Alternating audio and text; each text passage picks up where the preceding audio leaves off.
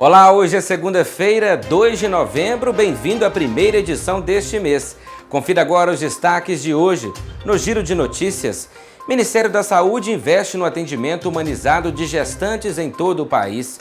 Governo reduz IPI de consoles, máquinas de jogos e acessórios pela segunda vez. Governador de Minas Gerais comenta sobre a redução de crimes violentos no estado. Veja também, eleições 2020. 117 municípios brasileiros terão candidato único a prefeito. Pandemia, dores físicas do home office aumentam busca por sessões de fisioterapia. E ainda, você vai conhecer a campanha Pezinho no Futuro, que está promovendo uma mobilização para que seja ampliado o teste do pezinho. Não saia daí, o panorama está no ar.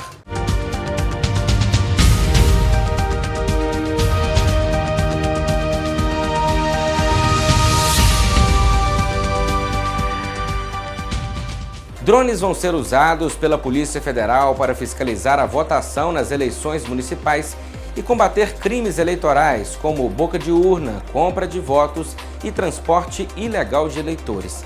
Além do equipamento, uma nova tecnologia vai ajudar na investigação de quem dissemina fake news. O que a polícia tem feito? Procurado se modernizar a fim de trazer um trabalho, uma eficiência na questão dos crimes eleitorais. A Polícia Federal também adquiriu o software necessário para conseguir percorrer o caminho de volta das notícias falsas e chegar na sua origem.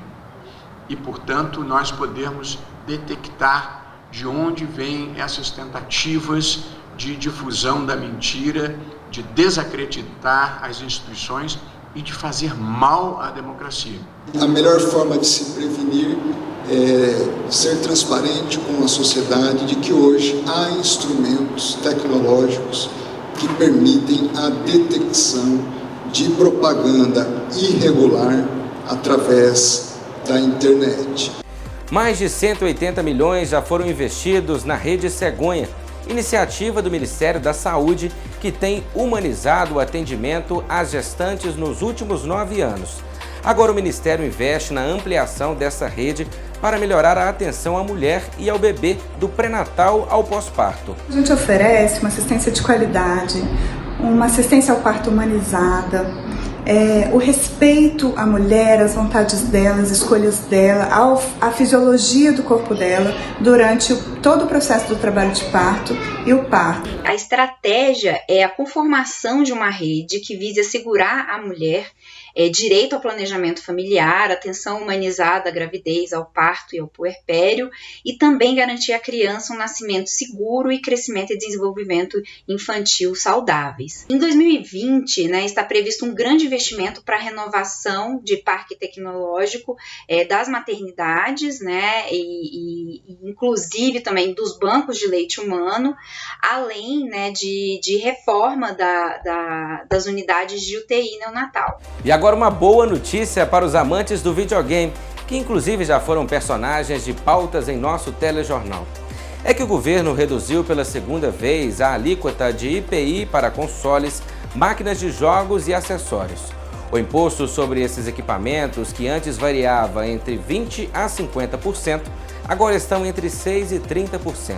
O mercado de jogos e videogames eles tem crescido exponencialmente no Brasil. Então a redução vai ajudar no consumo, as empresas a trazer os equipamentos, o brasileiro poder adquirir os equipamentos, produtos com preço melhor e principalmente diminuir a pirataria. O governador de Minas Gerais, Romeu Zema, falou sobre as atualizações de dados da Secretaria de Justiça e Segurança Pública, que apontam contínua redução em crimes violentos no estado. Veja. Minas Gerais tem feito grandes avanços na questão da segurança pública. De janeiro a setembro de 2020, se comparado com o mesmo período de 2019, nós tivemos uma redução de 33% na criminalidade. É um número muito expressivo. Dos 15 índices monitorados pelo Observatório de Segurança Pública, nós tivemos redução em 14 deles, o que é muito expressivo. e tivemos uma redução de 36% em roubos, que é um dos crimes que mais afeta a população. Eu atribuo muito deste bom resultado nosso a um trabalho conjunto, integrado entre a Polícia Militar e a Polícia Civil. Mais do que nunca na história do Estado, essas duas corporações têm trabalhado em conjunto. A Polícia Militar fazendo uso da inteligência para prevenir crimes, para detectar quadrilhas que estão atuando no Estado. E a Polícia Civil fazendo uso das melhores ferramentas para que os crimes sejam apurados rapidamente e colocando fim, principalmente, ao crime organizado. Enquanto a disputa às prefeituras movimenta vários municípios brasileiros, 117 cidades do país já sabem quem vai ocupar o cargo no executivo local a partir de 1º de janeiro de 2021. É que nessas localidades apenas um candidato vai concorrer no pleito deste ano. Minas Gerais possui 17 cidades nessa situação. Segundo o levantamento feito pela Confederação Nacional dos Municípios, com base em informações preliminares divulgadas pelo Tribunal Superior Eleitoral, TSE, a concentração da candidatura única está nos municípios do Rio Grande do Sul, onde 33% das 497 cidades têm apenas um nome concorrendo ao cargo. Em seguida, aparecem os estados de Minas Gerais, com 20, e o do Paraná, com 17 municípios na mesma situação.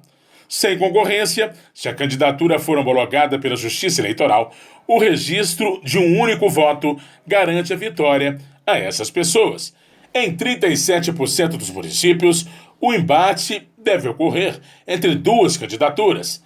A polarização deve fazer parte das eleições em 2.069 municípios, onde vivem 20.900.000 pessoas, ou 10% da população brasileira, num total de 16.400.000 eleitores. Além desse fato de serem municípios pequenos e de terem um eleitorado reduzido, algumas outras ocorrências podem ter contribuído para a ausência de oposição.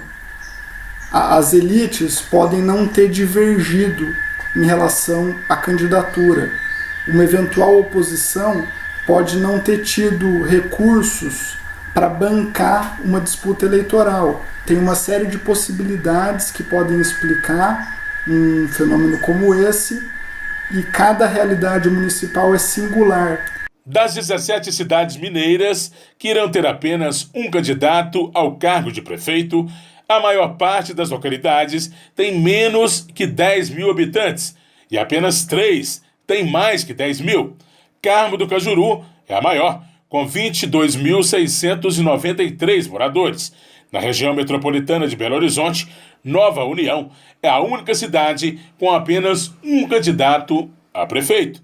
Na eleição passada, foram 3 candidatos na cidade. Esta é a primeira vez que o município não vai ter uma campanha acirrada pela prefeitura. De acordo com a lei eleitoral, é considerada eleita a pessoa que tem a maioria dos votos válidos. Lembrando que não são computados os votos em branco e os nulos. Confira quais as cidades mineiras terão apenas um candidato.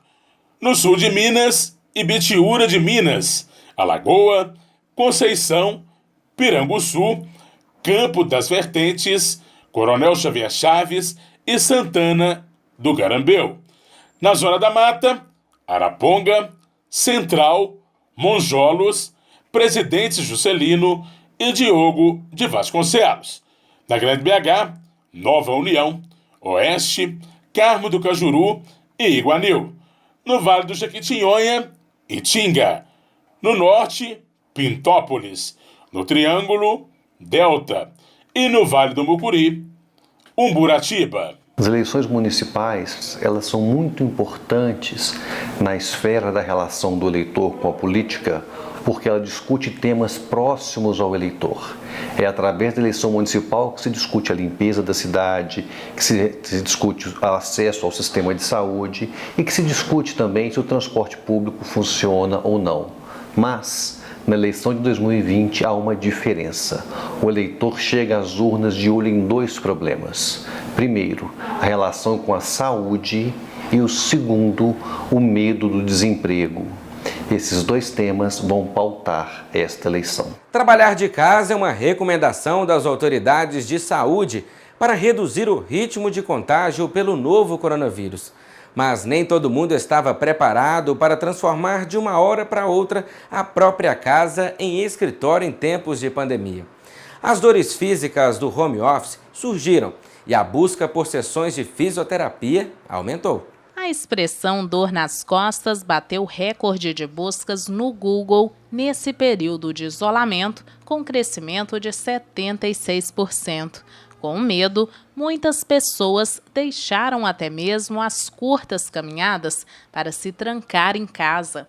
Quem já praticava exercícios regulares tentou adaptar um cantinho da casa e encontrou motivação em aplicativos e aulas online.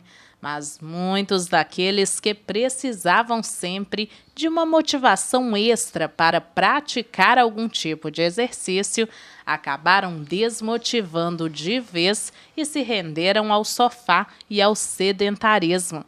E foi aí que a coluna, por exemplo, reclamou. Mas tem também o jeito abrupto que encontramos de trabalhar em casa.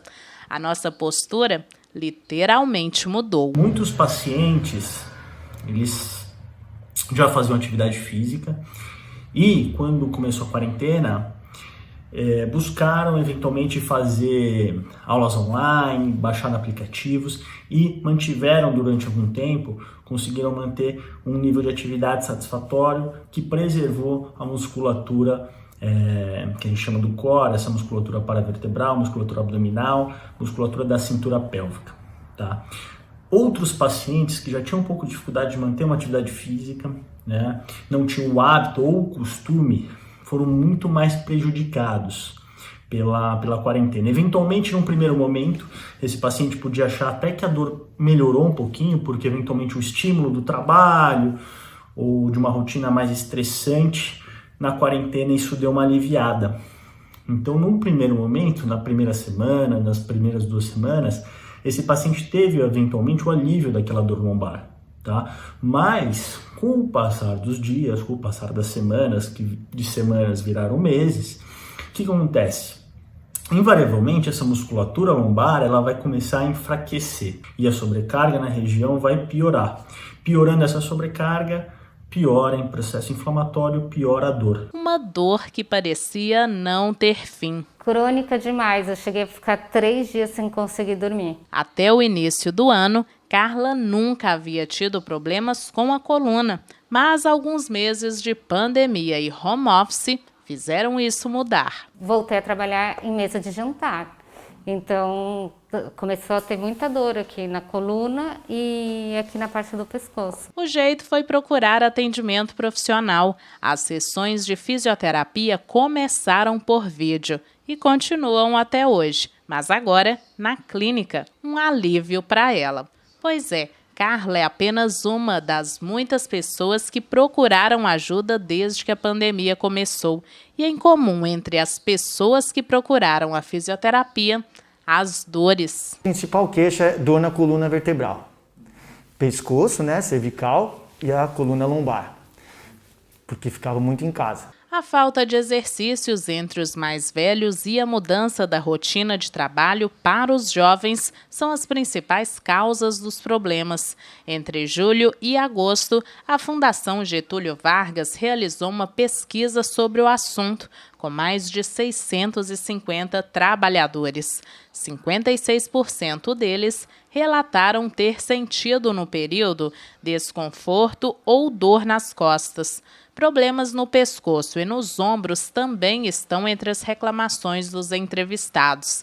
Para os ortopedistas, adaptar a área de home office com base na postura correta e se movimentar são as melhores formas de se evitar essas dores. Além de tudo isso, o mais importante é a pessoa lembrar e cuidar do corpo.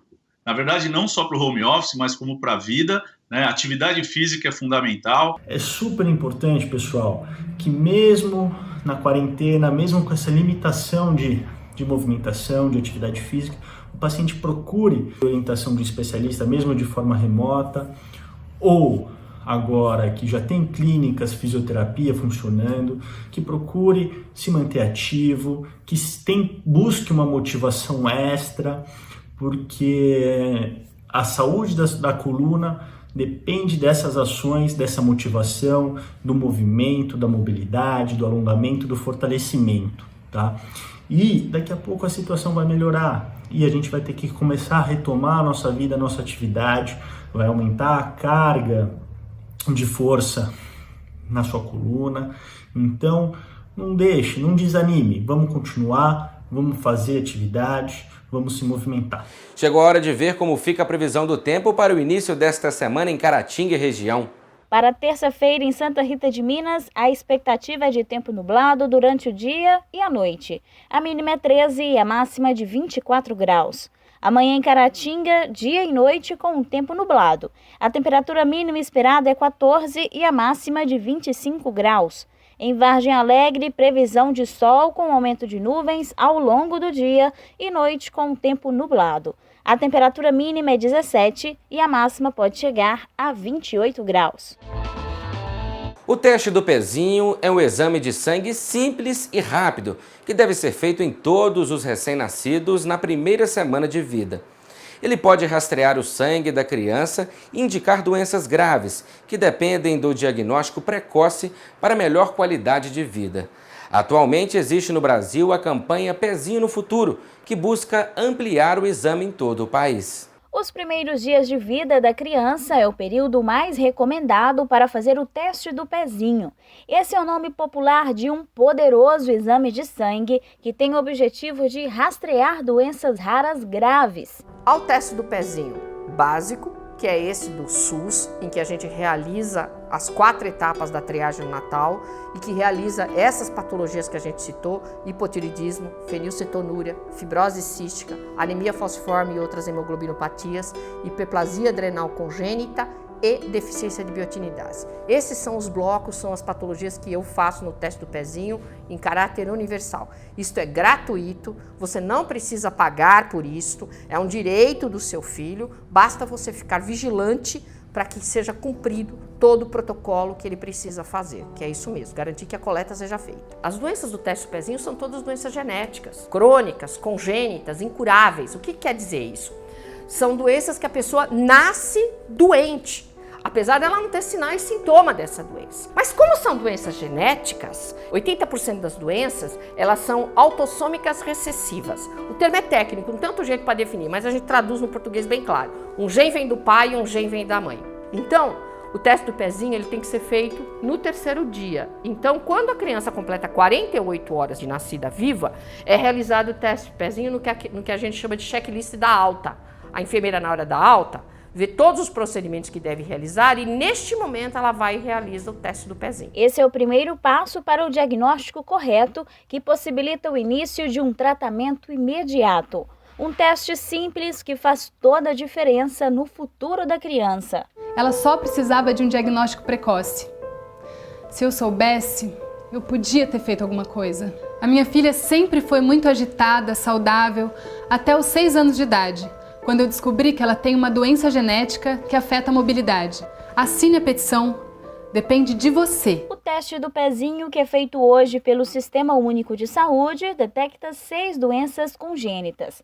Já o chamado teste do pezinho ampliado tem a capacidade de rastrear até 53 doenças raras. Esse exame poderia ter feito a diferença na vida de crianças iguais ao Theo. Eu tenho 2 filhos, o João e o Theo. Quando o Theo veio, correu tudo bem. A gravidez, o parto, os primeiros meses de vida. Até que lá pelo 4º mês do Theo, a gente começou a perceber que alguma coisa estava diferente com ele. O Theo tinha paralisia cerebral. Só depois de muita luta, eu tive o diagnóstico correto e descobri o que causava a paralisia. Uma doença genética rara, acidúria glutárica. É uma doença que impede que o Theo metabolize proteínas. Sabe o que quer dizer? Que todas as vezes que eu dei de mamar, naquele momento em que eu mais me sentia mãe, na verdade, eu estava matando, sem saber, os neurônios do meu filho.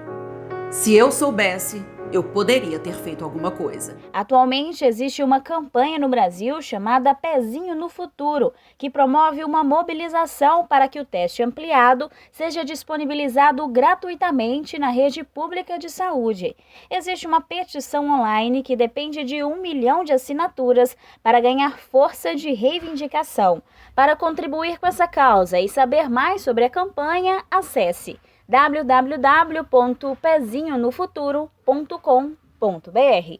Estamos encerrando a edição desta segunda-feira. Para se manter atualizado sobre as principais notícias do momento, basta conferir as nossas redes sociais. E se você ainda não conhece o Instagram e o Facebook do Panorama, não perca tempo. Acesse e desfrute todos os nossos conteúdos. Vamos ficando por aqui. Obrigado pela audiência e companhia. Um ótimo início de semana a todos e até amanhã.